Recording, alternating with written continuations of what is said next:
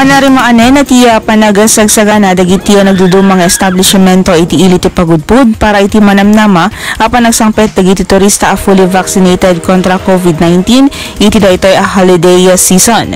Kuna ni Mayor Rafi Benemerito, managsakan dagiti resort ken homestay owners agsipud ta na lukayanan ti protocols kadagiti bakunado at turista amang rugi into na December 1. Wala po, actually talaga na nabayag na kuan sinagsaganaan iti tourism industry tayo dito pagudpudan dati dinagdag siya iti tourism tayo and talagang iuray tayo isuda at nandigas takit datay ekonomiya tayo at makarecover matlaeng kasi 2 years na talagang bagsak iti ekonomiya tayo dalala iti tourism.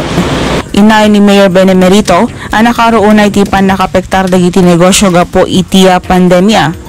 The homestay, restaurants, and hotel and resorts talagang bagsak po. So we are hoping the opening of the border, kasi ganda tayo pinakalagan iti requirements na gumatogan dumakil di tourism nga pamastayan tayo.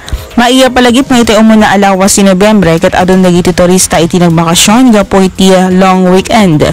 Maibasar iti Provincial Tourism Office na wayan ang makastrek dagiti turista a fully vaccinated nga masapul iti panagparehistro iti ilocosnorte.ph. Masapul pa ang mai-confirm ti booking kadagiti accredited travel agency.